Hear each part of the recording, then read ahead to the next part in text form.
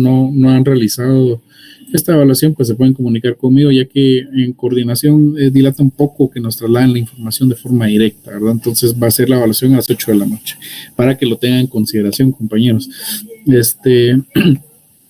Por otra parte, pues siempre recordarles, ¿verdad?, que es importante que consignen bien sus datitos, ya que para la evaluación final nosotros no vamos a estar comunicándonos con absolutamente ningún alumno hasta el otro año, ¿verdad? Y en este caso me tocaría tener la comunicación a mí con ustedes o ustedes conmigo, ¿verdad? Porque ya para el otro semestre, pues efectivamente ustedes suben al S2 y es ahí también donde van a saber de mí el resto de su carrera, para bien o para mal de muchos de ustedes, ¿verdad, compañeros? Entonces, pero especialmente ya en el séptimo semestre en adelante, cuando pasan a nuestras manos en coordinación. Pero por lo menos ya les voy haciendo esa acotación para que lo tengan en consideración, ¿verdad, compañeros? Que conforme van subiendo en los peldaños en esta hermosa y muy bonita carrera, pues se va acrecentando también consigo mismo, pues el grado de dificultad que van a ir enfrentando, ¿verdad? Entonces, pues bueno, esas serían las acotaciones que yo tendría para este momento. Muy buena noche, licenciado Guillermo Hernández. No sé si tiene algún anuncio para los compañeros. Por mi parte, pues eso sería todo.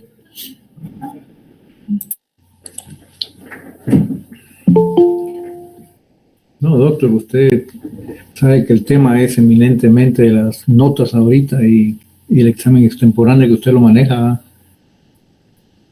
Yo creo que se mejor el doctor. Compañero, aquí andamos por cualquier cosita, ¿eh? Así sí, que siga mejorcito ahí, platicamos, mi estimado doctor. Bueno, muchas gracias, buenas noches, compañeros. Me ha estado bien ocupadito ahí con sus gestiones, pero ahí le hablo, por favor. Muy bien. Bueno, compañeros, buenas noches. Me escuchan, disculpen. Buenas noches, licenciado. Fuerte y claro. Muchas gracias. Estoy más cómodo esto.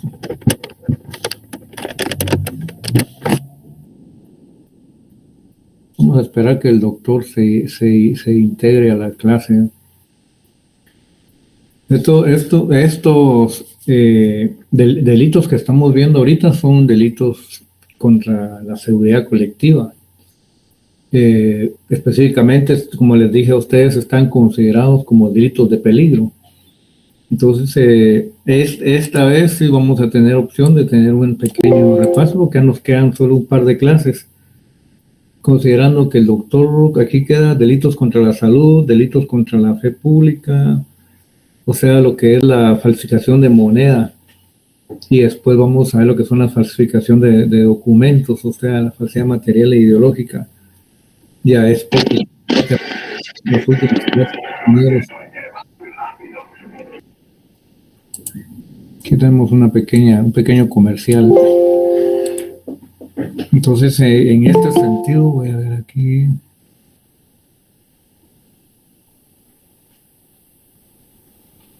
En este capítulo de los delitos contra la seguridad colectiva, tenían aquí unos compañeros unas dudas. El tema es que el bien jurídico es el bien jurídico tutelado la seguridad colectiva, o sea, cualquiera de estos delitos siempre va a atentar contra la colectividad, independientemente que va a dirigir una persona. En el tema de los incendios que platiqué a ustedes era cuando alguna persona provocaba un incendio en un condominio, definitivamente estamos hablando de varias personas más. Aquí el tema que continúa en los delitos contra la salud, van a ver ustedes también que corresponde a delitos de peligro cuando está el tema de la transmisión de las enfermedades de índole sexual, o sea, es lo más común e inmediato que se da en nuestro medio. Y ahorita que el doctor les va a exponer que tenemos nosotros también los temas del tema de la pandemia. Es increíble, uno a veces piensa que los códigos están desactualizados, pero uno debe de pensar, es como una reflexión a ustedes de que tengamos conscientes, compañeros, que el derecho está hecho para el presente y generalmente enfocados al futuro. Es un privilegio de este campo penal que sí ve hacia atrás, pero en este caso hay unas normas que fueron concebidas hace tiempo y que realmente vinieron a caer como anillo al dedo con el tema de la pandemia. Yo les pregunto y me contestan, ¿existiría algún delito si alguien no portaba la mascarilla en tiempos de pandemia? No. ¿En serio? Sí, Yo pienso que sí. sí, por la transmisión de una enfermedad. Pues eso es lo bonito. Fíjense que van a ver ustedes que hay en el artículo 305 dice contravención de medidas sanitarias. Quien infrinja las medidas impuestas por la ley o las adoptadas por las autoridades sanitarias para impedir la introducción o propagación de una epidemia de una plaga vegetal o una epizootia susceptible de afectar a los seres humanos será sancionado con prisión de 6 meses a 2 años. No sé si ustedes tienen a la mano el Código Penal y pueden confirmarme que estoy leyendo el artículo 305. Así es, licenciado. Confirmado, licenciado. Les pregunto, mis estimados amigos, el hecho de no portar una mascarilla cuando era obligatorio contravenía la legislación penal. Sí. Claro. Actualmente. Experiencia, licenciado. Sí, mira, Rina, actualmente ya no es ninguna infracción penal porque ya se dejó a discreción de cada quien. Claro, las excepciones están para centros de privación de libertad porque ahí se hizo un hacinamiento y a control de los colegios. Y uno a veces, yo he visto personas que tienen o no tienen razón, pero se ponen a discutir cuando van a las agencias bancarias, que a veces los señores no los dejan pasar o en alguna institución del Estado, pero la gente siempre con el ánimo de comercio, en las esquinas, en las entradas, tienen las mascarillas a quetzal. Yo no sé, eso ya es una discusión ya de otro nivel. A mí lo que me interesa es que el día del examen, los parámetros van a ser a ustedes siempre dentro de la pandemia. Si actualmente se menciona, definitivamente no hay delito. Yo quisiera que ustedes me dieran otro ejemplo, pero que salga de ustedes, en la cual se contravenían las medidas sanitarias, de acuerdo al artículo 305, lo que el doctor nos ingresa. Vamos, compañeros, vamos. Cerrado, licenciado. Les pregunto a ustedes cuando nos decían no salgamos después de las 7 de la noche y la gente andaba a las 7:30 todavía desafiando a las autoridades. ¿Existiría alguna contravención ahí de medida sanitaria?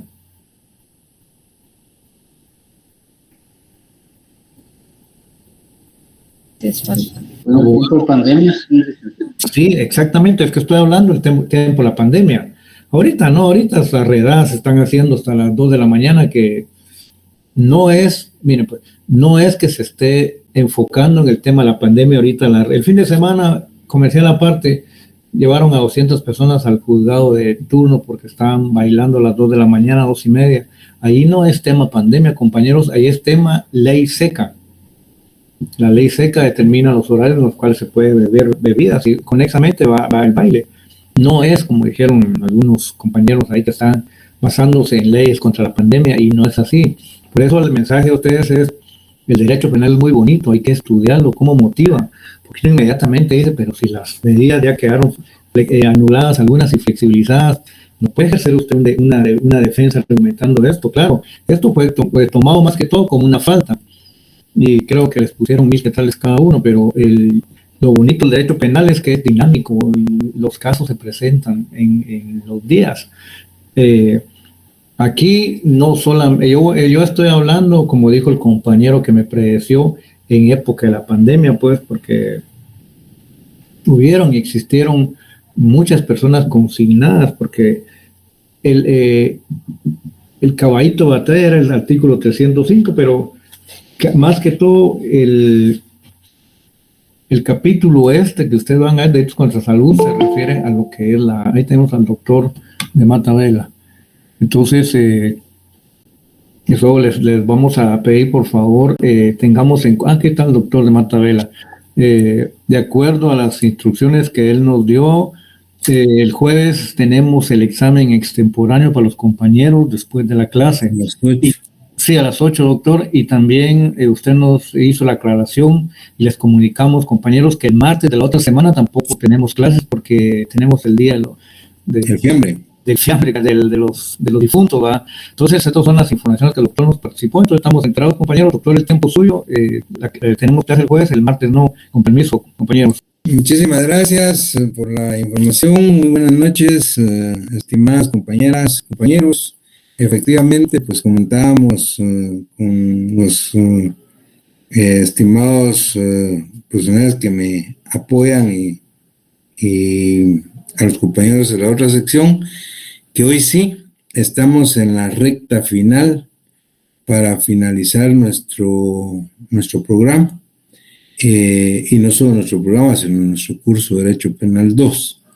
Estamos ya en la recta final, estamos tratando hoy pues delitos contra la salud pública, que es parte de delitos contra la seguridad colectiva. Y luego inmediatamente pues entramos a analizar pues un punto que es el último y que es de superlativa importancia, que se refiere a los delitos contra la fe pública. Con esto pues estaríamos finalizando nuestro programa y el curso de Derecho Penal 2. Quedaría para Derecho Penal 3 pues el resto de delitos y las leyes penales especiales. Esto pues quiere decir que estaremos trabajando, si Dios quiere, pues esta semana, el martes que tenemos feriado oficial, y si todavía tuviéramos algún tiempo, pues estaríamos el próximo jueves finalizando. Si ya finalizamos pues el programa, pues tal vez con un laboratorio. Así es que, dicho esto, pues seguimos adelante. Ustedes ya tienen, como lo hemos acostumbrado siempre, la agenda de los puntos que tratamos en la exposición. Hoy tenemos pues lo relativo a los delitos contra la salud pública. Este es un capítulo que tiene el código, es el último capítulo que tiene el código respecto del título 7, que se refiere a los delitos contra la seguridad colectiva. La última clase les hice referencia, y no solo en la última, en las últimas, a que este tipo de delitos contra la seguridad colectiva pues tienen unas características especiales en atención a que son delitos no de resultado siempre, sino regularmente estos son delitos de peligro. Son delitos de peligro donde el Estado, a través de las normas penales, trata de proteger a la seguridad colectiva, la seguridad de todos los ciudadanos en nuestro país. Y pues dentro de ellos pues tiene contemplado finalmente los delitos contra la salud pública. Y van a ver ustedes pues que efectivamente pues se refiere a situaciones que protegen a la seguridad colectiva, y que luego hubo unas reformas más recientemente, 209, pues que introdujeron algunos tipos penales pues que tienen pues relación con esto, pero que pues de alguna manera pues algunos de ellos pues son, como les dijera, increíblemente van a haber tipos que son acertados como anillo al dedo para lo que estamos viviendo ahorita con la pandemia. Lo admirable acá es que cuando esto lo creó el legislador, pues nuestros legisladores lo crearon en el año 73, y los tipos penales, pues el 305, por ejemplo, van a ver que cae como anillo al dedo a lo que estamos pasando en este momento. Eso es lo interesante de esto. El 301, porque con el 301 principio de los delitos contra la salud pública, se refiere a la propagación de enfermedad. Y alguna vez me preguntaban si lo relativo a la pandemia tenía que ver exclusivamente con este. Aparentemente podría ser, les digo, pero la verdad es que yo creo que no. Y voy a explicarlo. En cuanto a la propagación de enfermedad, dice, quien de propósito, todos estos delitos, como he venido explicando, todos son dolosos, eminentemente dolosos. Y cuando se trata de conductas culposas, el código lo especifica. El código. Mientras no lo especifique, estamos ante conductas que son eminentemente dolosas. Es decir, debe haber voluntad, conciencia, mala fe, propósito deliberado de realizar el acto por parte del sujeto activo. En el 301 dice, por ejemplo, quien de propósito, ahí está el dolo, propagare una enfermedad peligrosa o contagiosa para las personas. Entonces, ¿será el COVID a encajar acá? Quien de propósito propagare una enfermedad peligrosa o contagiosa. Es bastante difícil. Yo creería que no. Es decir, bueno, ¿qué pasa si alguien que sabe que tiene COVID, pues no guarda la distancia, no usa mascarilla y con esto, pues incluso trata de contagiar a otros? Cuando se trata de una, no es epidemia, ¿no? Es una pandemia mundial como esta, creería que es un poco, pues, habría que interpretar muy extensivamente. Creería que no.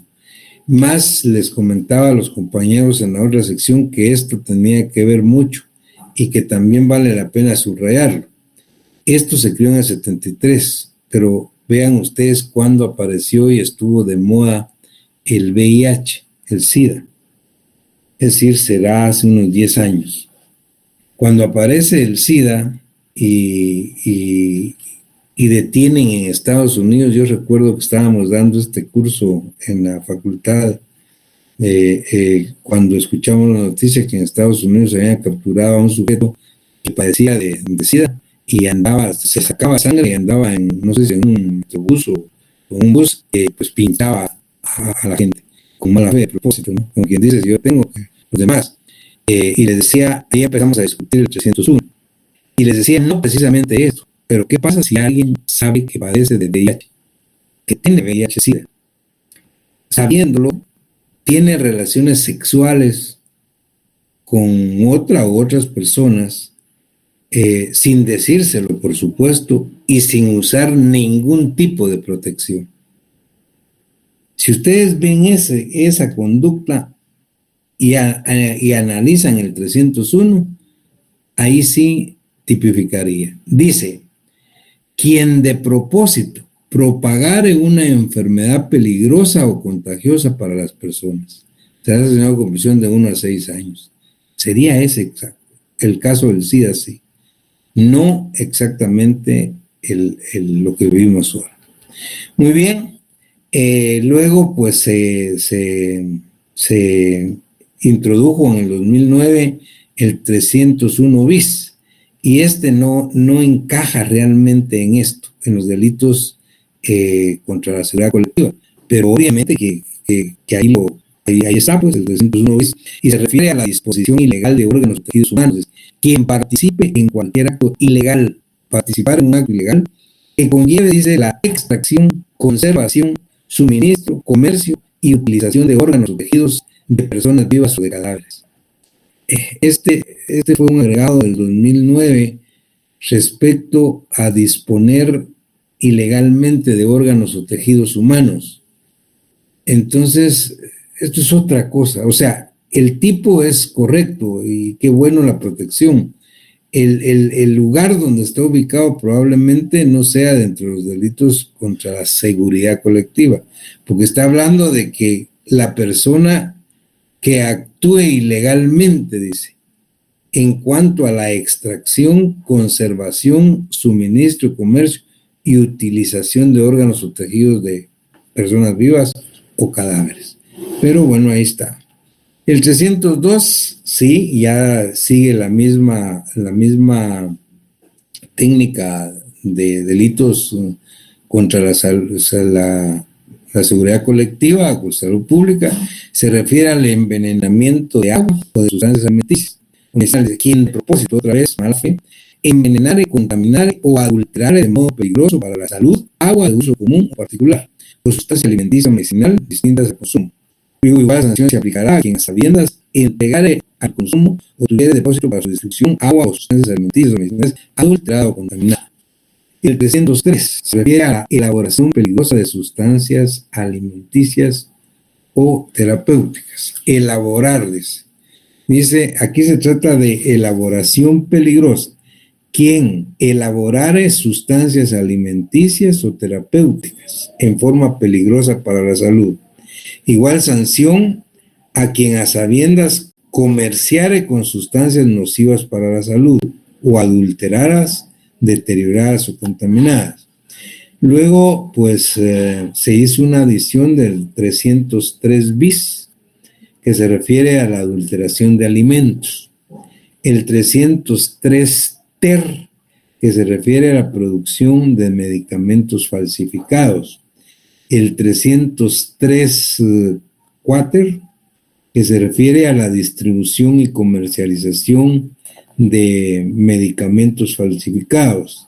Y hay un 303 quinquer todavía, que se refiere a establecimientos o laboratorios clandestinos para la elaboración o distribución de este tipo de medicamentos alterados o falsificados. Esto, pues como les digo, estas son adiciones, 303 bis, ter, quater y quinquer. Luego, 304, pues ya se sigue la misma tónica, expendio irregular de medicamentos. Quien están autorizados, dice, para el expendio de medicamentos, los suministrar sin prescripción facultativa. Pues hay medicamentos que, como ustedes lo saben, se necesita pues una prescripción médica, una receta, no se pueden vender pues sin ella. Por ejemplo, pues algún tipo de antibióticos o ansiolíticos, pues que se necesita de una receta médica. Bien, luego tenemos el 305. Ahí eran los de donde les decía que qué interesante, pues, qué interesante advertir que en 1973, estamos hablando de hace 25, bueno, como cuántos años, 45 años, más de 40 años, el legislador crea la norma y como que la había acabado como que hubiera estado pensando desde lo que iba a pasar hoy. Vean y eso es lo que deben tener las normas, y no solo las penales. Es decir, regular pues, situaciones que se dan en la sociedad para mejorar y regular las conductas sociales sin proyectarlas, pues, es decir, prever lo que podrían darse en el futuro. Pero miren este caso qué interesante. Oigan lo que dice el 305 y se refiere a la contravención de medidas sanitarias. Esto fue elaborado, como les digo, en el año 1973 por los legisladores y como que hubiera sido para prever lo que está sucediendo hoy. Esta es una ley penal en blanco. Oigan, dice, quien infrinja las medidas impuestas por la ley o las adoptadas por las autoridades sanitarias para impedir la introducción o propagación de una epidemia. Quien infrinja las medidas impuestas por la ley o las adoptadas por las autoridades sanitarias para impedir la introducción o propagación de una epidemia, plaga vegetal o de una exotía susceptible de afectar a seres humanos, será sancionado con prisión de 6 meses a 2 años. Es increíble. Esto sí se adapta perfectamente a la situación que se da, que se dio, o que estamos viviendo aún, de la pandemia de COVID. Y esta es una penal. ¿Por qué? Porque dice que infringe las medidas impuestas por ley o adoptadas por las autoridades sanitarias respectivas. ¿Cuáles son esas medidas? Eso no dice acá. Hay que buscarlas en otra ley. Y en este caso hay que buscarlas en las disposiciones que adoptó el Ministerio de Salud Pública o el Ejecutivo para, pues, paliar la situación de la epidemia en Guatemala. Por ejemplo, el uso de mascarillas, el distanciamiento de 1.52 metros, el lavado de manos, pues las no reuniones. Hubo momentos tan difíciles cuando empezó esto, en el que se emitieron toques de queda, nadie podía salir de tal hora a tal hora, etcétera, etcétera. Ahora, quien infringiera esto, habían algunas medidas disciplinarias. Sin embargo, el 305 ya lo contemplaba desde el año de 1973. Y está claramente, pues, lo contemplado. Entonces, vale la pena hacer el comentario porque vean, pues, como que esto se hubiera hecho lo que está pasando ahora. Luego, pues, tenemos al 106, el de 107, el 108, el 309, el 310, que se refiere a todo lo relativo al tráfico ilegal de fármacos, drogas, estupefacientes. Esto, pues, ya no tiene nada que ver, porque hay una ley penal especial, la ley del narcotráfico. De tal manera que estos artículos, pues, obviamente están abrogados por la ley específica. Siempre la ley penal especial deroga la ley penal general. Entonces hay una ley específica, una ley penal especial que deroga esto. ¿Recuerdan ustedes? Esto solo nos sirve ahora, ante todo el 307. ¿Recuerdan ustedes cuando trabajamos en Derecho Penal 1, lo relativo a la exégesis de la ley penal, a la interpretación de la ley penal? Entonces dijimos de que obviamente la analogía está prohibida en el Código Penal. Los jueces no pueden tipificar delitos ni aplicar penas por analogía porque se parezca a otros, sino que debe estar muy concreto, debe estar claramente establecido. Pues sin embargo, la analogía está prohibida, pero la interpretación analógica está permitida. Ahora, ¿qué es la interpretación analógica? La interpretación analógica es hacer una interpretación extensiva, es decir, hay norma, pero se entiende que la norma no expresa claramente el espíritu que quiso darle el legislador cuando la creó. Entonces la ley permite hacer una interpretación extensiva. Esa interpretación extensiva con el fin de buscar su espíritu. Pero eso da lugar a mucha discusión. Y yo les ponía como ejemplo el 307. El 307, es decir, cuando se creó este código otra vez en el año 73, este código reguló todo lo relativo al narcotráfico o al tráfico de drogas y consumo de drogas. Pero en aquel tiempo, si ustedes se ponen a pensar en el año 73, hace más de 40 años, lo que estaba de moda era la marihuana, el consumo de marihuana. Y les comentaba yo cuando vimos este tema, que llegaba una cantidad de partes de policía a los juzgados de paz penal y decía: señor juez, que ponemos a disposición de su despacho a fulano de tal, que el día de edición de educación universitaria en un lugar llamado como Iglú, cuando se fumaba un cigarro de marihuana. Y más, al parte le grapaban a la chinga de la marihuana al muchacho, ¿no? A la persona. La discusión era que en aquel entonces los jueces venían y principiaban, porque solo teníamos el 307. El 307 se refiere al tráfico ilegal de fármacos, drogas o estupefacientes. Y empezaban un proceso penal por el 307. Algunos otros solo ponían una falta contra las personas, ponían una multa y los dejaban ir. La discusión en la doctrina y en la cátedra era, bueno, veamos si el 307 realmente prohíbe fumar marihuana.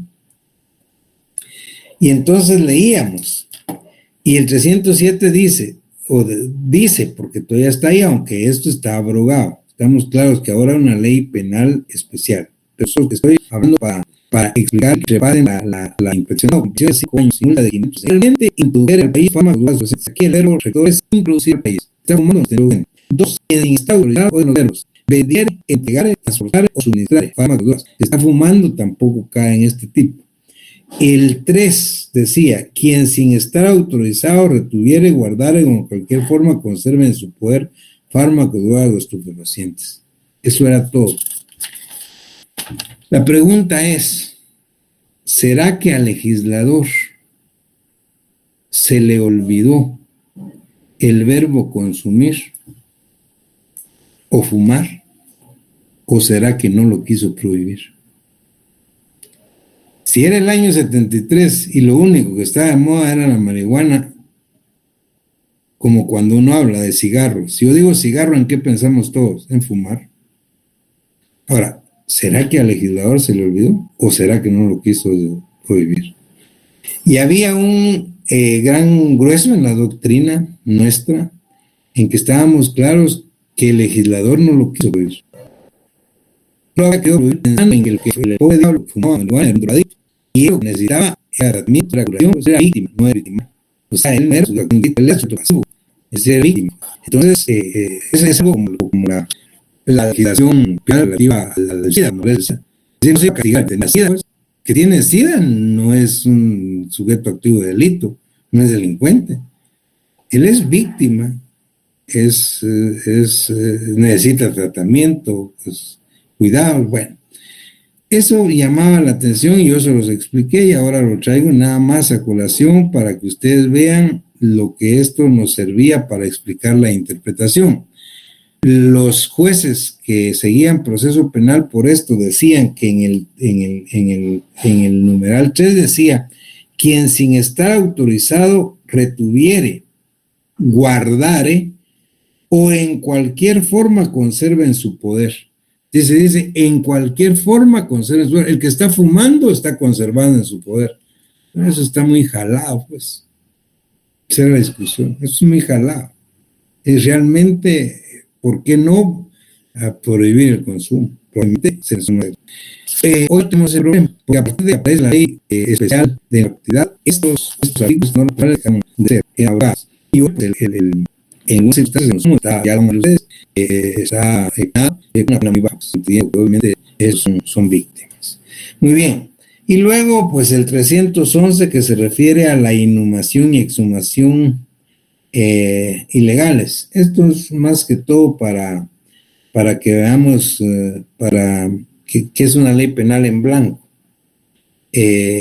La ley penal en blanco se caracteriza porque tiene muy bien descrito lo que es la pena, pero la conducta que castiga o la conducta delictiva no está, hay que buscarla en otra ley o en el mismo código en otro lado.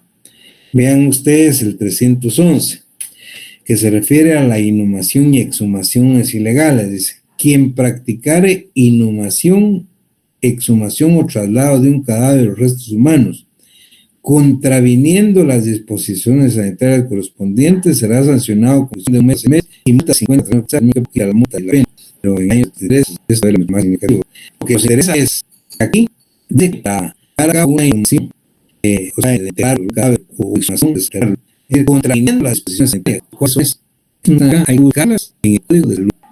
Y en el Código de Salud vamos a encontrar que dice que para inhumar un cadáver, o sea, para sacarlo, tiene que haber pasado cierto tiempo, dice específicamente cuánto de tiempo, si está en un nicho o si está a flor de tierra, o que una persona pues que ha fallecido no puede tardar más de 48 horas, por ejemplo, sin que sea enterrada. Eso lo dice el Código de Salud. Entonces ahí hay que ir a buscar la descripción de la conducta delictiva del 311, que es una ley penal en blanco. Y el 312, que es como les decía, con esto finalizan los delitos contra la seguridad colectiva, y en el 312 dice delitos culposos. Si los hechos comprendidos en los artículos 301, 302, 303 y 304 se hubieran cometido culposamente, responsable relacionado con el delito corresponde rebajar en terceras partes. Esto quiere decir que todos estos delitos que tengan contra la seguridad colectiva deben considerarse como eminentemente dolosos. Y cuando estos delitos se dan por negligencia o implicia, o por imprudencia, o sea, cuando son culposos, la ley lo debe decir, como en este caso. El 312 dice delitos culposos. Dice, si los hechos comprendidos en el 301, que es la propagación de enfermedad, 302, que es el envenenamiento de aguas, 303, que es la elaboración de alimentos, 304, que es el expendio irregular de medicinas, si estos delitos se dan por imprudencia, por negligencia o por impericia, son culposos y se deben castigar con la misma pena que los delitos tienen acá, rebajados en 2/3 partes. Muy bien, con esto pues, estamos finalizando lo relativo a los delitos contra la salud y delitos que atentan contra la seguridad colectiva y empezamos de una vez el día de hoy con el último punto de nuestro programa en el curso que se refiere a los delitos contra la salud del Tribunal Nacional. Aquí la situación es entender y reflexionar respecto de qué es la fe pública. Cuando hablamos de fe pública, pensamos en la que es fe privada. Si hay pública, fe privada. Bueno, es la paga, pero más que la fe. ¿Qué es la fe? ¿Qué entendemos o debemos entender por fe? La fe es la creencia en algo, en alguien, sin mayor discusión, sin pruebas, pues, sin cuestionamientos. Es decir, es la convicción que se tiene de algo, la fe que se tiene en alguien, en algo. Por ejemplo, la fe religiosa. Es decir, muchos tenemos la convicción, la fe, el sentimiento de que Dios existe, que en todas las vidas está con nosotros, que ahora no vemos, pero sí sentimos, tenemos esa convicción, tenemos hace mucho con uno, ¿no? Esa es una fe, pues, una fe religiosa o mística o espiritual, pero ahí podemos llevar la confianza, la fe depositada en una persona. Parte de la fe privada, pero hay fe pública. ¿Y qué es la fe pública? La fe pública deviene del espaldarazo jurídico que da el Estado a ciertos signos o símbolos que le dan certeza jurídica para que sean lo que son, sin cuestionarlo. Es la fe pública. Y el primer tema que tenemos acá, porque cuando hablamos de los delitos contra la fe pública, estamos hablando de la falsificación de moneda, estamos hablando de la falsificación de documentos, estamos hablando de falsificación de estamos hablando de si usted, por ejemplo, la fe pública, se tiene el delito de falsificación de moneda. Bueno, la pregunta es, ¿qué debemos entender? ¿Qué moneda? Común, coloquial. ¿Cómo se explican ustedes que ustedes tienen una casa por la que han trabajado toda una vida, que les ha costado cuánto hacerla, y finalmente alguien llega y le gusta y quiere comprársela, o un carro? Le dice, mira, véndeme tu casa. Bueno, si me das un par de millones, véndeme tu carro. Muy bien, si me das 100,000. Con mucho gusto te los doy. Y lo que a ustedes les entregan es una maleta